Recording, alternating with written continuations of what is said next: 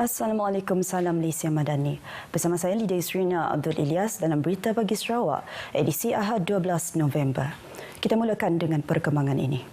Kerajaan Mersey barisan kepimpinan yang prihatin serta rakyat yang bersatu padu menjadi pemangkin kepada pembangunan pesat Sarawak.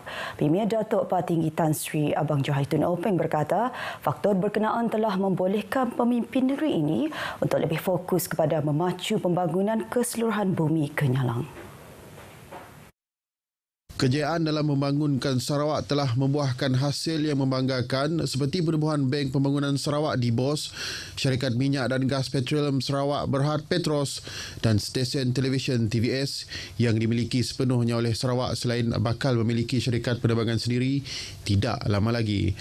Kejayaan Sarawak meningkatkan ekonominya juga telah diiktiraf Bank Dunia sebagai negeri berpendapatan tinggi.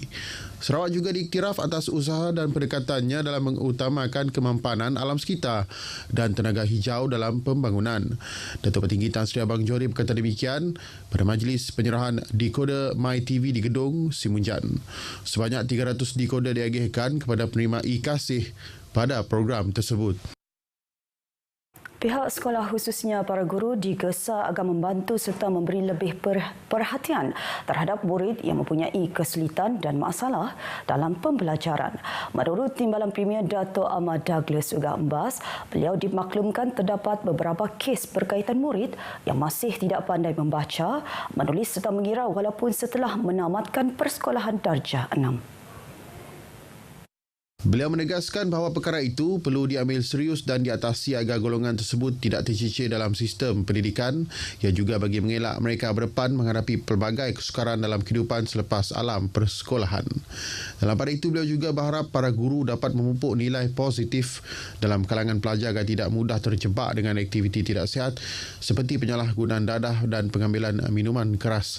Dato' Ahmad Douglas berkata demikian ketika merasmikan sambutan Hari Guru bagi sekolah-sekolah jenis kebangsaan Cina dari bahagian Seraman dan Betong di Sepauh. Sistem penilaian bagi menggantikan ujian pencapaian sekolah rendah UPSR untuk murid tahun 6 di semua sekolah kerajaan di negeri ini bukan sahaja untuk penilaian murid tetapi untuk menilai tahap kedudukan sekolah tersebut. Demikian menurut Timbalan Menteri Pendidikan, Inovasi dan Pembangunan Bakat Sarawak, Datuk Dr. Anwar Rabai.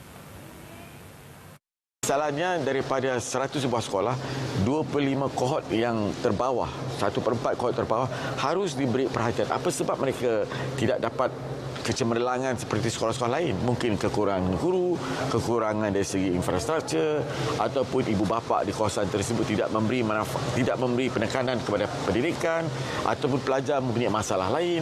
Jadi kalau kita tidak membuat perbandingan seperti ini, sampai bila sekolah tersebut akan dapat bersaing dengan sekolah-sekolah lain? Jelas Dato' Dr. Anwar fokus kelak adalah agar sekolah yang mendapat keputusan kurang baik akan diberi penekanan oleh pihak kementerian.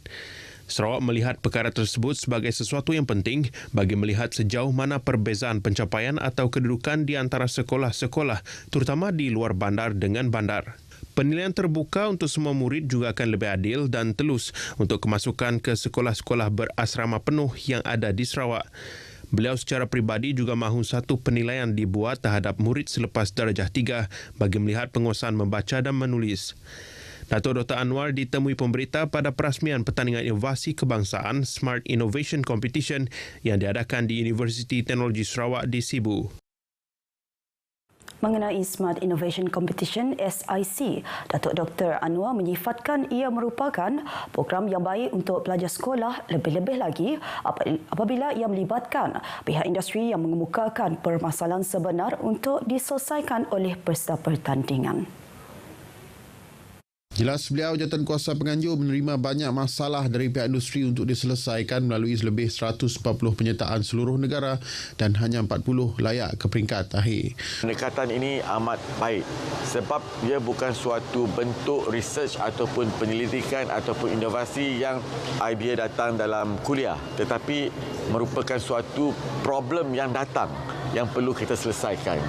Jadi ini merupakan suatu pendekatan yang baik untuk memberi kreativiti dan juga inovatif kepada para pelajar. Sementara itu, dalam ucapannya, Datuk Dr. Anwar memberitahu Kerajaan Sarawak amat mementingkan bidang pendidikan. Lebih banyak bantuan pendidikan dijangka akan diumum oleh Premier Sarawak, Datuk Patinggi Tan Sri Abang Johari Tun Openg dalam Belanjawan Negeri 2024 sempena persidangan Dewan Undangan Negeri Sarawak yang akan berlangsung pada 20 hingga 29 November ini. Amalan pertanian menggunakan kaedah moden seperti hidroponik perlu diamalkan oleh petani masa kini. Menteri Pembangunan Wanita, Keluarga dan Masyarakat, Datuk Seri Nancy Shukri berkata, ini kerana kaedah pertanian moden itu bukan sahaja meningkatkan pendapatan dengan kadar segera, malah membantu mengurangkan pencemaran alam sekitar. Jelas beliau, aktiviti pertanian moden juga dapat mengelak masalah penggunaan kawasan tanah yang luas selain menjimatkan masa, kos dan tenaga. Beliau menyatakan demikian semasa menutup program pembangunan komuniti Smart Nutrient Film Teknik Hidroponik di Lundu. Program sehari itu disertai 20 penduduk dari 13 buah kampung di sekitar Lundu yang bertujuan memberi pendedahan mengenai tanaman hidroponik. Penubuhan Pusat Hospis Kanak-Kanak Malaysia MCH di Sibu diharap dapat memberi penjagaan dan sokongan multidisiplin terhadap kanak-kanak yang menderita penyakit yang dikategorikan mengancam nyawa atau hospis. Pengerusi Hospis Kanak-Kanak Malaysia Sibu, Dr. G. Ro Chin berkata, pusat tersebut merupakan yang kedua di Malaysia selepas yang pertama dilancarkan di Kuala Lumpur Jun lalu. Jelas beliau, perubahan pusat itu diharap dapat meningkatkan kesedaran orang ramai tentang penjagaan hospis termasuk juga penjagaan paliatif atau pesakit kronik.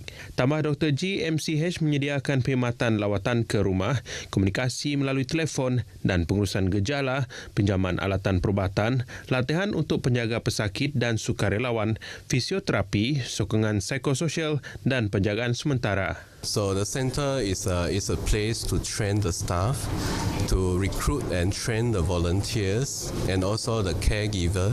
The caregiver need to know the skills how to take care of the child's condition, and all the management.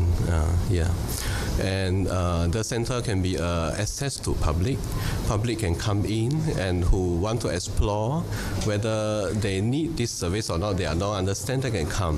Beliau berkata demikian kepada pemberita semasa pelancaran Pusat Hospis Kanak-Kanak Malaysia di Sibu.